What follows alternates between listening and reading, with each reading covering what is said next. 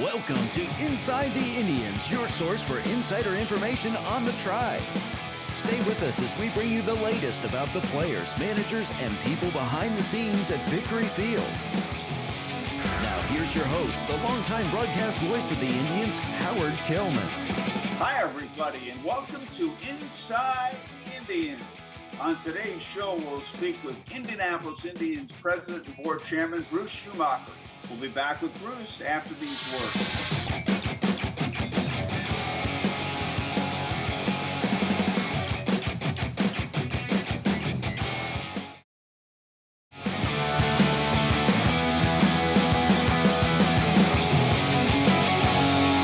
Bruce Schumacher, who is the Indianapolis Indians Board Chairman and CEO, is our first guest this season on Inside the Indians. Bruce, how are you doing? Oh, I'm great, Howard. But, when you get this close to opening day, I'm always excited. Yeah, we all are. Opening day is Tuesday, April 5th at Victory Field. What are your thoughts as we begin this season? I guess I'm looking forward to a normal season, right? I mean, with 2020, we didn't get to have a season at all. 2021, we played 20 home games at less than 100% capacity, having to continue to move our season ticket holders around and not be able to communicate to the public what we could sell. Even with all that, we were 8th out of 120 minor league teams in attendance.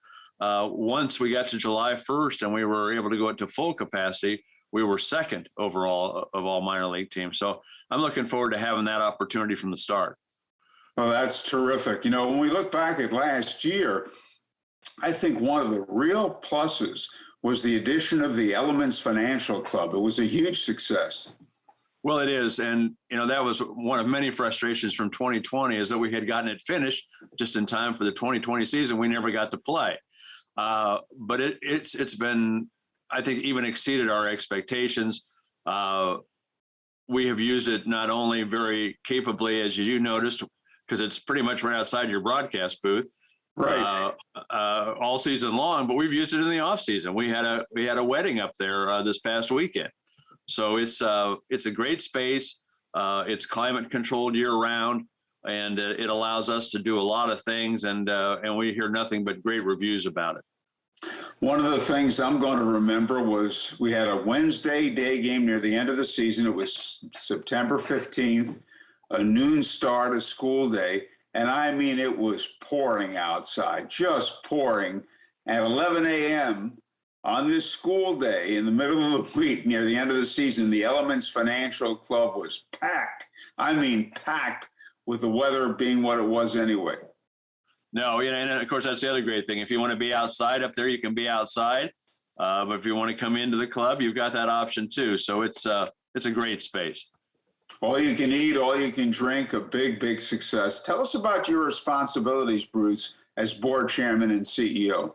Well, obviously, I'm over the board of directors, and we have a couple of meetings a year, usually one in November and one in February. I'm also over, Randy Lewandowski, who does such a great job as president and general manager running our staff. I keep an eye on our finances. I try to be pretty active in the community, have good relationships with the political folks and just everybody in the city as much as I can. And then I have to know, when I should not insert myself into a situation and just let our staff handle it. I think sometimes that can be the biggest challenge. You mentioned the finances, and the Indians showed a lot of class during the pandemic. A lot of teams laid people off, teams furloughed people. The Indians did not do any of those two things. Well, I felt two ways about that. One, I thought it was the right thing to do. We had these people who had been very loyal to us and are a big part of our success. And two, at some point, we were going to get back to doing business again. And when that happened, I wanted to have our great staff in place so we could hit the ground running and take advantage of the opportunity. Well, it worked out beautifully. And tell us about the relationship with the Indians and Pittsburgh Pirates, because we've been working with them since 2005. Yeah, it actually has become the longest consecutive relationship with a major league team we've ever had. We worked with the Reds 16 years from 68 to 83, but now it's the longest at 17 years. I think it's good. The interesting thing about them, it's a blessing and a curse, I think, is their payroll situation at the major league level. And if you're looking to guys who played here to become stars in Pittsburgh, kind of about the time they become stars, they become a little bit expensive for Pittsburgh and they go somewhere else. On the other hand, they have to build through the farm system because they're not signing expensive free agents. So that the young players are where the value is. So we have seen a lot of good players come through. I think we're in a period now where we're going to see even more come through. We started to see that last year. And we'll see a little more this year and more going forward because the talent level seems to be, by all objective observers, really strong at the lower levels. I think you're making a great point because last year the team had a lot of veterans, journeyman players, but this year and even next year as well, we can be counted on to have a lot of good young players here. No, I think so. And, I don't know how all the roster moves are going to shake down in Pittsburgh by the time this airs. Maybe we will. But however it does, this year will be better than last year. And I expect 2023 and 2024 to be even better. We'll have more with Bruce Schumacher. This is Inside the Indians.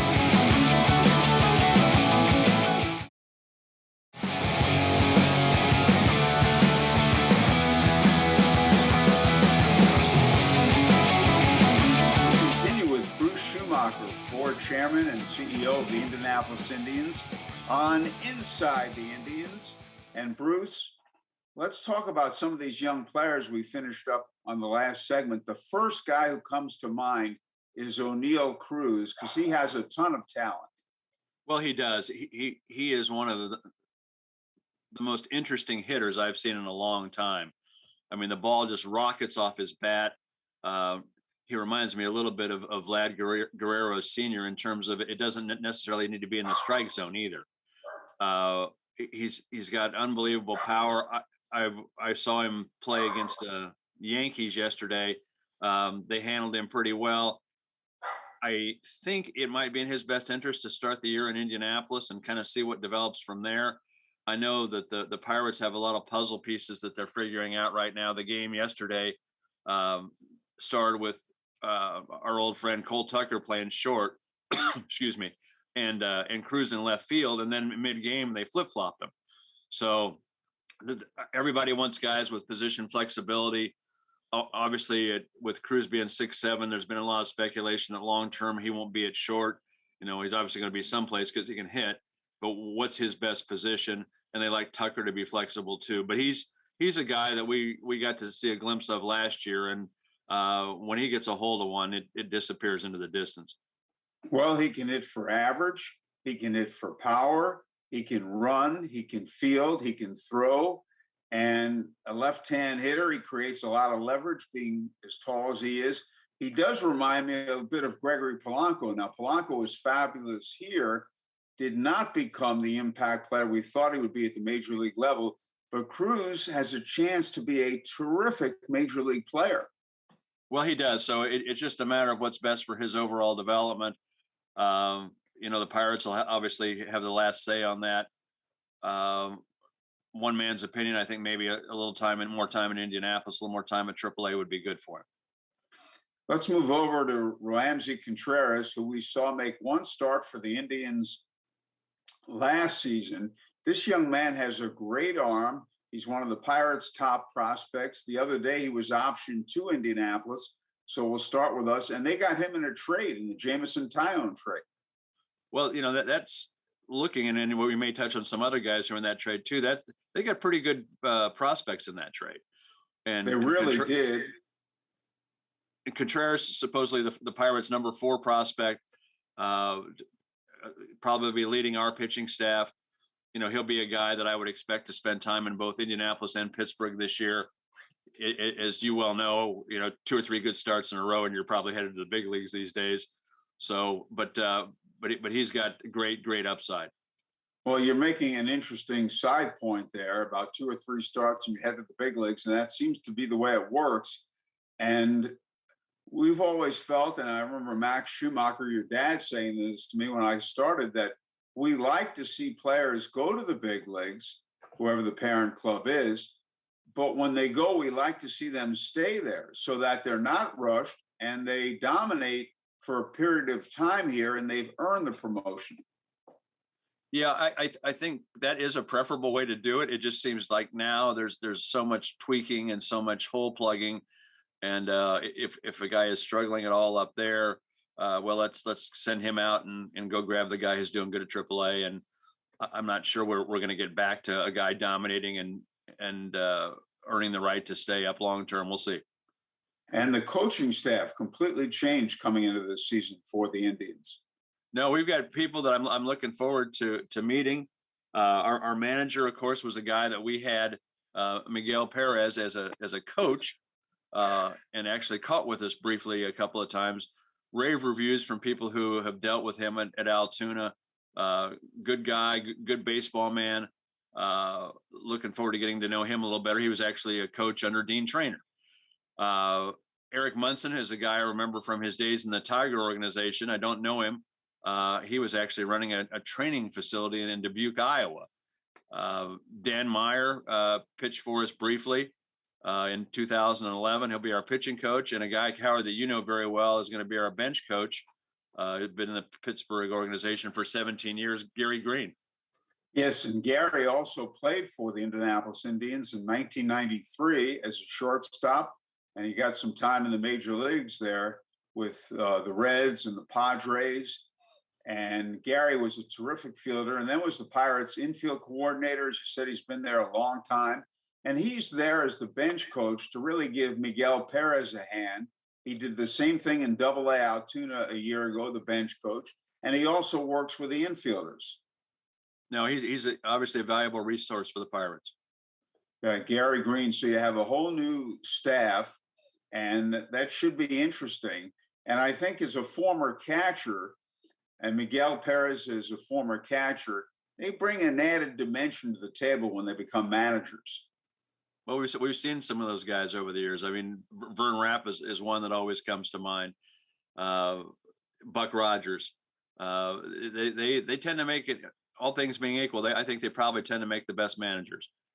They're patient. They work with pitchers. And I think you just named, in the years I've been here and you've been here, in naming Buck Rogers and Vern Rapp, you could have the two best managers we've ever had, or certainly two among the best managers we've ever had here in those two guys. Yep. So we'll have more with Bruce Schumacher on Inside the Indians after these words.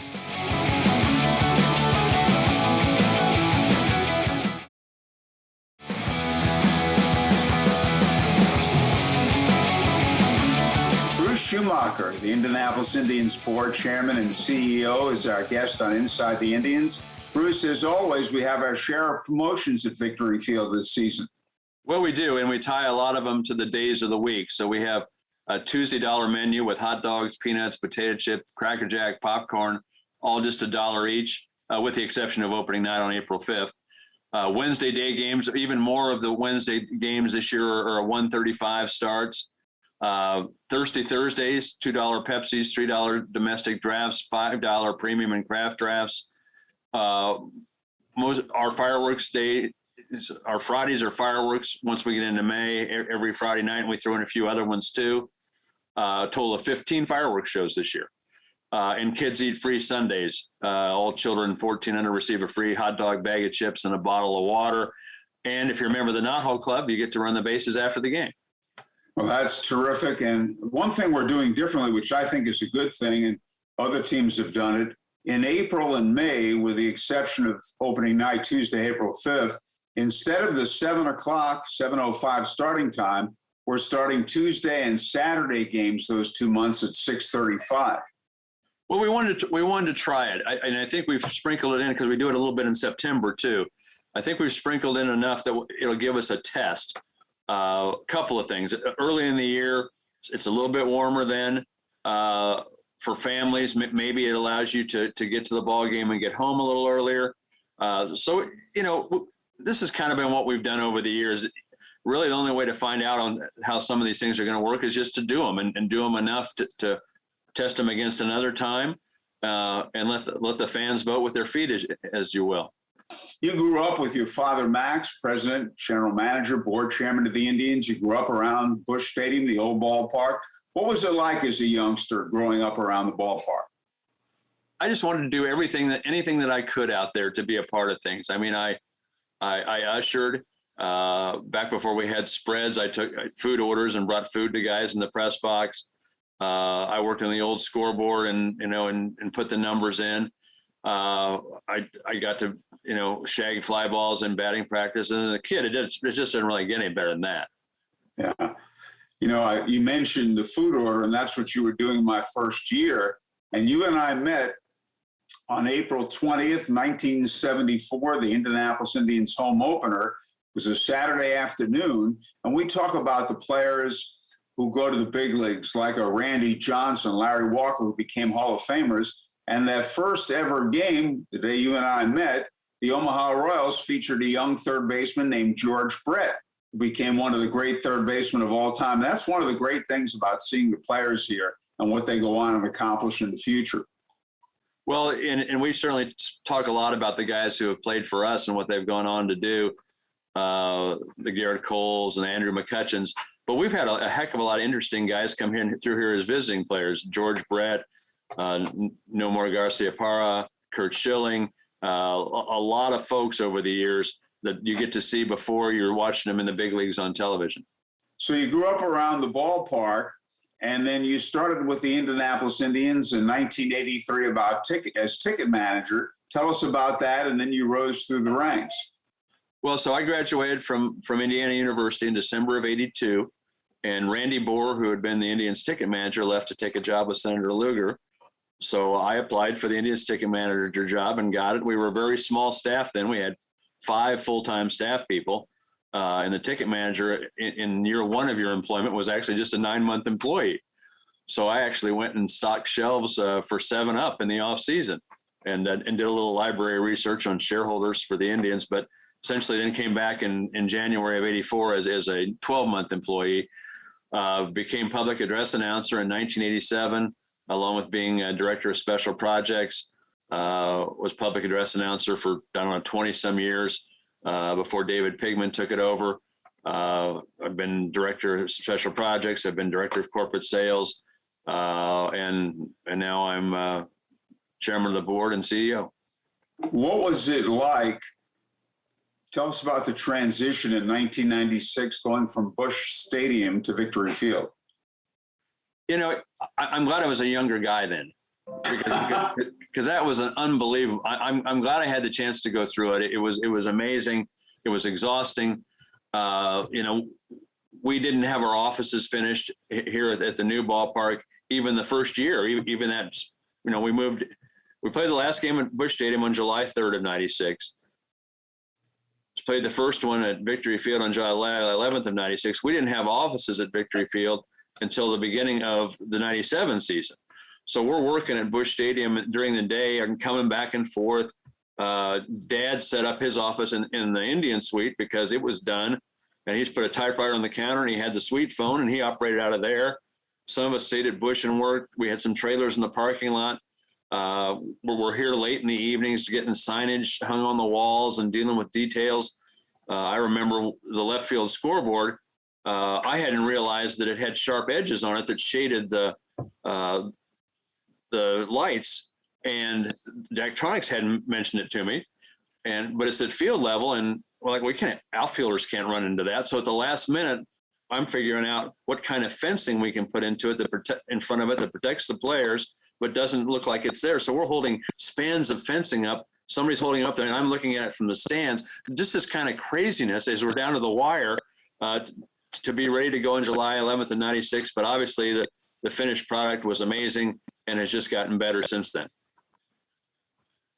Yes, we celebrated our 25th anniversary there last year. Bruce, thank you so much. Best of luck this season. Howard, thanks. Always good to be with you. That's Bruce Schumacher. We'll have more on Inside the Indians after these words.